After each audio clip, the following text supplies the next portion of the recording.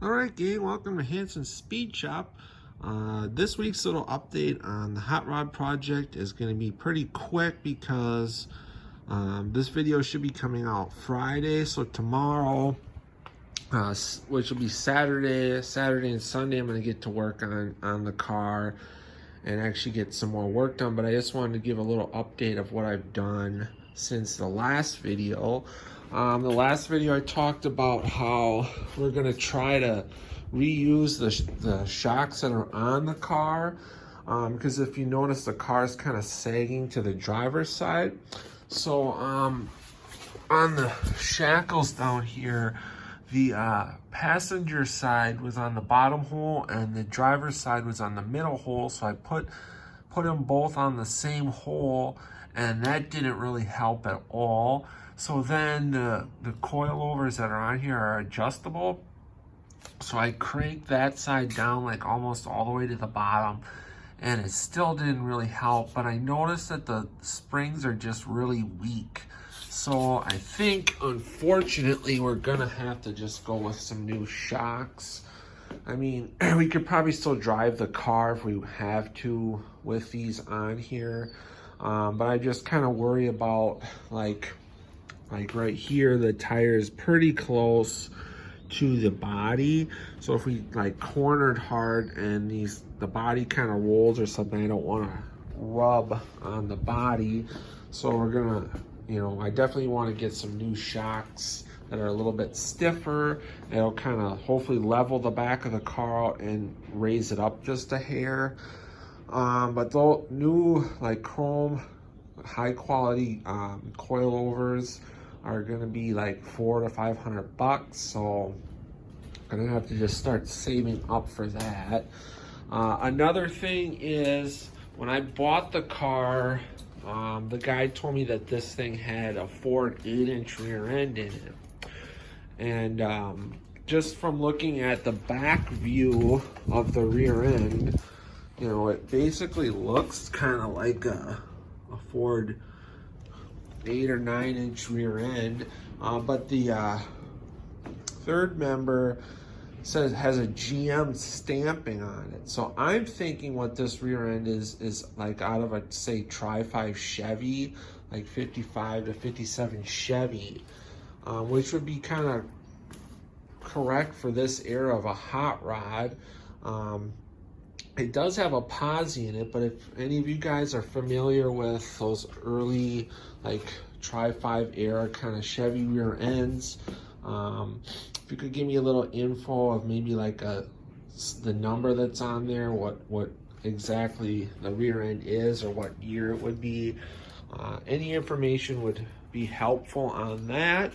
But what I'm going to tackle this coming weekend, I think we're gonna finally get the oil changed on here. I might put my new a different set of valve covers on here that say Chrysler Firepower on them. We'll change out all these little rubber seals on here, new plugs, and then check all the fluid. And then if I can at least get that done, then maybe I'll throw the battery in, and then we could be getting close to maybe trying to start this thing. But I still am going to be getting 2 new carburetors, and then we'll have to basically redo a lot of stuff like our fuel line, because where the fuel inlets are on the new carburetors are completely different than this setup, and the throttle linkage and everything is probably gonna have to be changed up a little bit. So that will be some stuff coming in the future. And then like I talked about, we're gonna have to put a more low profile electric fan on the front. As of right now, I'm still waiting on my grill shell to come. I don't know if they're like on back order or what, but it said it should be coming by it said like 2 or 3 weeks. So we're getting close to that 3-week kind of mark. And then we gotta wire up our headlights. So looking at that, we've got, looks like there's like maybe 3 wires there. It's kind of hard to tell. focused. Oh, maybe it's just 2 wires. So that won't be too bad, I guess. So I'll take all this old tape off of here and get a better look at what we have to work with. And the lenses are just kind of loose in here, so I'm gonna adjust that, tighten that all up. But I got all those old stickers off the windshield, got that all cleaned up, so that was a little victory. Kind of went through and re-cleaned the car because it was kind of all schmeary. Last time the garage was sweaty. Since I put this foam down, I haven't had another problem with it being sweaty in here so far. So if you guys, again, if you have a problem with your garage floor sweating or whatever, this like foam insulation board works really good. And then I just use like some plywood if I need to jack up the car or something. If I had the money, I would just put like plywood down over the top of all the foam, and then you'd have a nice work surface, which I'll probably do eventually, but just kind of one thing at a time.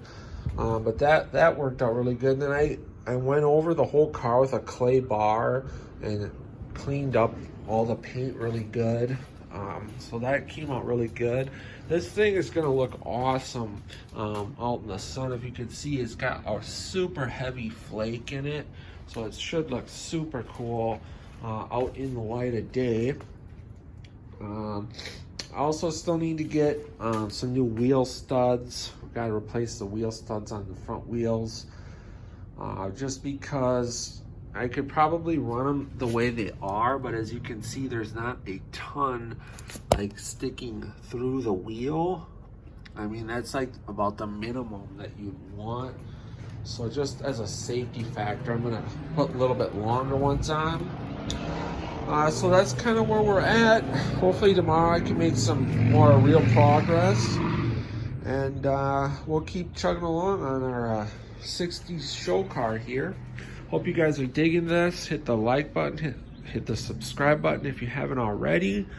Go check out the channel for tons of other cool stuff. Until next time, guys, get out, work on your own projects, get those hands dirty and greasy, stay cool, and we'll catch you cats on the next one. Thanks for watching.